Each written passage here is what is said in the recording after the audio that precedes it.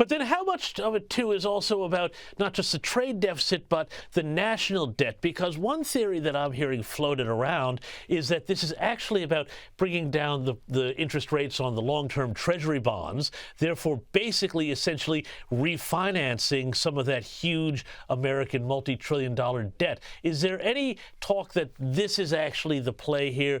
Equities might have to take a hit in the same way that they did in the 80s to fight inflation, and that this is the bigger play that's happening?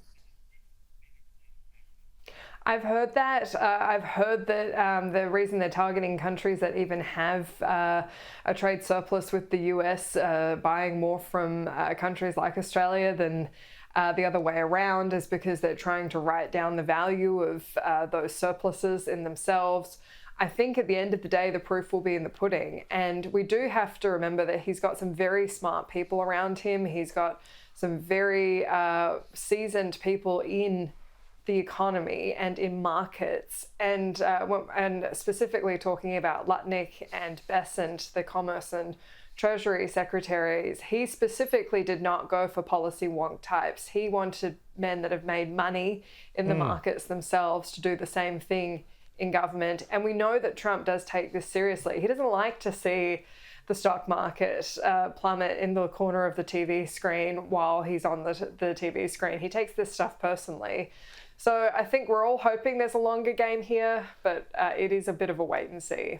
Well, it is, but it also seems to me, Annelise, that what we're talking about really is a reordering of the globalist system, which, as I spoke about in my editorial before, had stopped working necessarily for the average American person. Now, one interesting thing here is that Canadian Prime Minister Mark Carney, who is very much of the sort of the globalist banker type mold, he has vowed to fight the new rounds of tariffs. And Anthony Albanese himself, he has said that this is not the act of a true friend.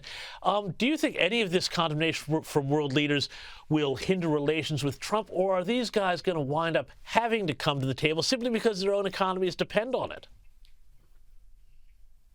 I don't think anyone's left the table. Everyone's just trying to be taken a little more seriously at the table. And we are absolutely seeing this drive towards nationalism around the world. When we've seen with Canada, the fact that their Conservatives were more than 20 points ahead in the polls, and all of a sudden now they've got a Liberal leader because he was seen to be too much of a Trump-light alternative. I know that that's said about Peter Dutton and Donald Trump, and I got to tell you, from watching Donald Trump day in, day out, he is nothing like Peter Dutton. They're not the same kind of conservatives, and they certainly don't have the same kind of personalities. I think the only people who really ever say that Donald Trump's anything like Peter Dutton just simply don't like Peter Dutton in the first place. But this is kind of our weakness for Australia right now. We don't have, like in Argentina, they have a Malay who's got so much in common with the kind of Trump MAGA movement. He's become such a hero of it. We're not on the out, we're not on the in, and this is just kind of the tricky thing is you can harangue them for a phone call all you want. You get on the phone call, then what do? It's not necessarily going to be in our interest even to get Anthony Albanese on the phone. So we're just kind of in a tough spot, and I think it's going to be one of those things for Australia where we're just going to have to ride this out as best we can while we see what the fallout is in America, because at the end of the day, they are America first. This is exactly what they promised they were going to do. We're here now, and the only thing they really care about is what's happening in America. They truly do not care what's happening overseas, and they don't care about any traditional alliances. That's simply just not their approach anymore. Wow, fascinating shift in the global tone here. Hey, I want to stick in America, though, with another move here. One of Trump's latest executive orders requiring, get this, proof of citizenship in order to be able to register to vote. Didn't sound like this is a completely crazy idea to me, but the Democrats here, they're not buying it. Here's Democrat House Minority Leader Hakeem Jeffries outraged over this.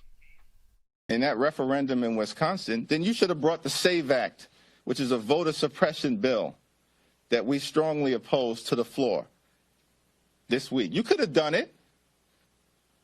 Could have done it today. You could do it tomorrow. We dare you to bring the SAVE Act to the floor. We'll have that discussion.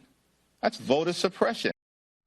Now, basically, the implication here is that proving your citizenship, that's voter suppression. This seems like another one of those 80-20 issues that Trump is going to wind up forcing the Democrats to be on the wrong side of.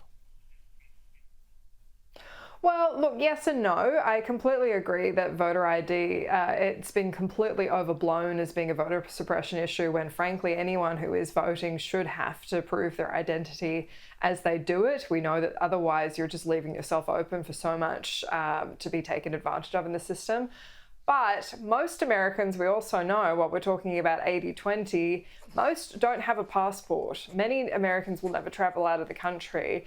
And so I kind of wonder just how practically how this is going to work. If you don't have a passport to show up and register that you're an American citizen, do you need your birth certificate? Do you need your social security number? We know foreigners get social security numbers.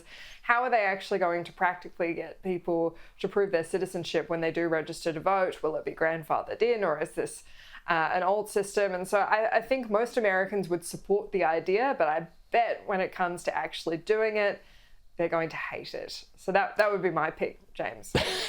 Fair enough, Annelise. I guess the last thing the U.S. needs is more bureaucracy. Appreciate your time as always. See you next time. Thank you.